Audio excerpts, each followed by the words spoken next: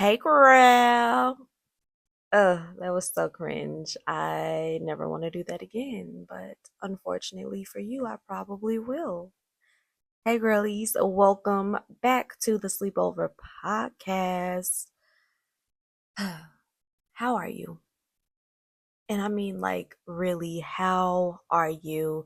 I know that we ask that question so much, and it's such a common question, and we give this cliche, common answer like, oh, I'm doing good, I'm hanging in there. But half the time, and probably even more than half the time, we're not honest when we get asked that question. And I know the question could be coming from someone who you aren't very comfortable sharing your true feelings with. So we give that cliche answer, but really, how are you? Take a moment to just sit with yourself and ask yourself, how am I? How am I feeling? And just be real with yourself. You say, I'm falling apart. I'm barely hanging on. I'm tired. I don't feel like I have any more to give. Our president is a loser. The world is in shambles. How are you? I'm doing okay. I'm doing okay. It's been a very, very busy month for me. I honestly have not had a free weekend since sometime in February, so I am tired, but the Lord is keeping me. I don't know how I still have energy. Honestly, right now, as I'm recording this podcast, I'm sitting here in my comfy, cozy robe. I have my fuzzy socks on. I have my heating pad on. I rolled out of bed. I had some very bad cramps in the middle of the night, but I'm doing okay. I'm holding on. I'm just a little tired, a little starting to feel a little burnt out, but I'm doing okay. So I'm starting a new position in a different department at my job, and life just feels a little fast paced right now, but I always want to make time to sit down and girl chat with my girls and spend some time reflecting. So in this episode, we'll be talking about 5 life lessons I've learned from everyday life lately. Number one being that each puzzle piece contributes to the bigger picture. So let me give you a little context, a little backstory, as I always do. So I was talking to one of my newer friends, and she was telling me how her and her fiance were completing a puzzle. Like that's something that they did over the weekend. And I was just like, oh, I love puzzles, which I do. I used to always do puzzles. I haven't been lately, but I really want to get back into it because it was just so like calming. You put on a good playlist or a podcast, you do your puzzle, engage in those real good, like grandma activities. As I was doing a puzzle one time and I was just sitting with myself and thinking, God gave me this revelation that yes, you have your puzzle pieces and you may have like the border of the puzzle, but you have all of these pieces on the inside and you have no idea where they go, and it's your job to try to figure out where they fit and all of the things. And sometimes it looks like I can't finish this puzzle. It's too difficult. Some of these pieces look exactly the same. The pieces that I think fit, they don't fit in a certain section and vice versa. But you do it piece by piece by piece. And God showed me like that is what your life is like. You put these little pieces together, and I'm going to use all of these little pieces. And before you know it, you have this big picture that you're looking at. You're looking at this completed puzzle, and it starts to make sense along the way. But at the end of the day, God is always working behind the scenes. Romans 8:28 tells us that he uses everything for good. Each puzzle piece is contributing to a bigger picture. So, number two, you can't over prepare yourself into doing something. You actually have to do it. So, context again. If you remember from my last episode, I was telling you guys that I've been really into sewing again and I've been going to craft stores and fabric stores and things like that. I bought this mini skirt from a store and I love the construction of it. It's very unique. It has like a gray pinstripe pattern. So I've been going into pattern stores trying to figure out if I wanted to try to find this same exact fabric because the skirt, she's a very, very short girl in the back. I have booty, okay? I have some booty and my skirts in the back, mini skirts, are up in the back. And I'm talking this skirt is so short that like I don't have to bend over for the cheeks to be out. The cheeks are just out. The cheeks are just out. So as much as I love this skirt, I cannot wear it as is. And I was just like, well, I love it. I don't want to just give it away or return it. So I was thinking that I will go to the fabric store and I'll just add on some pieces and make it my own and make it unique. And I've been doing that. So I've been going to craft stores and I'm not even kidding you guys. I have bought maybe 3 or 4 different fabrics for this one teeny tiny skirt. And still to this day, I'm thinking like maybe I should just go and get like a flannel from Walmart and like put it underneath and make it unique and things like that. But I realized like I keep buying all of this fabric because I'm actually just very scared to get started on this skirt. Aha, we brought it back around because I kind of went on a little ramble there. I've just been really scared to get started on this skirt because I don't want to jack it up. I haven't really sewed in a while, like not to the point where I'm like creating something new from scratch like that. So I just don't want to ruin this skirt that I love. I'm scared to get started. I think we do that so much in life. Like we want to over prepare for things, but over preparing is keeping us from actually doing the thing.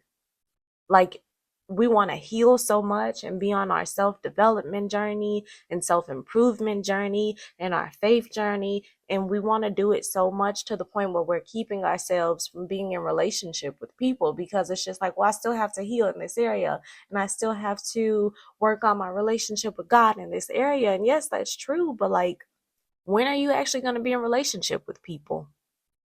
You know, when? Because you're trying to over prepare so much that you're not actually doing the thing. Food for thought. Food for thought. Since we're speaking on the skirt, if you want to follow my journey on creating the skirt, then you should follow my YouTube channel. Shameless plug. Number 3. Adulting is about getting back to the things that you enjoyed doing as a kid before the world got a hold of you, before the world tainted you. There are things that you enjoyed doing as a kid that you found so much joy in. When you begin to do them as an adult, you find joy again. You get your sparkle back. So, like I said, I've been working on sewing and fashion and things like that. And when I was little, you could not tell me I was not going to be America's Next Top Model. You could not tell me I was not going to be in Vogue. You could not tell me that I was not going to be a really great, iconic fashion designer. You could not tell me that. And even when I step in a craft store now, I just feel that feeling again. I'm just like, oh, there are so many possibilities. Just being in the fabric aisle, just being in whatever, just Hobby Lobby, Michael's, whatever. Like, I just get so excited and I just feel at peace in those stores because I just love doing that as a child. The same goes for coloring. I loved coloring as a child. And as an adult, I'm realizing it is very, very relaxing. It's very, very therapeutic. Writing is very, very therapeutic for me. Writing poetry, writing stories, just creating a story, bringing it to life. It is just so therapeutic. It brings me so much joy. And overall, just my sparkle comes back. So, doing the things that you enjoyed doing as a kid is really what adulting is about. Number 4, health is mental health. So, like I said, I've been super, super busy this month, and I'm a person who gets very overwhelmed and overstimulated easily. I'm very surprised that the Lord has kept my mind this month, honestly, because I have not sat down, not nan weekend. Plus, I'm doing these transitions at work and things like that. Like, I'm surprised I have not been feeling overwhelmed. Like, granted, I feel a tinge of burnout coming, but luckily, soon I'll get to relax and just kind of woosah. I really feel like the reason why I've not been getting so overwhelmed is because I've been working out. I have been making sure I'm putting good food into my body, into this vessel of mine. I really feel like working out has helped keep my mind, keep me sane. Honestly, otherwise, I probably would have been crashing out. Working out just helps you think clearer mentally. It helps you look better physically, and it just helps you feel better emotionally. Health is mental health.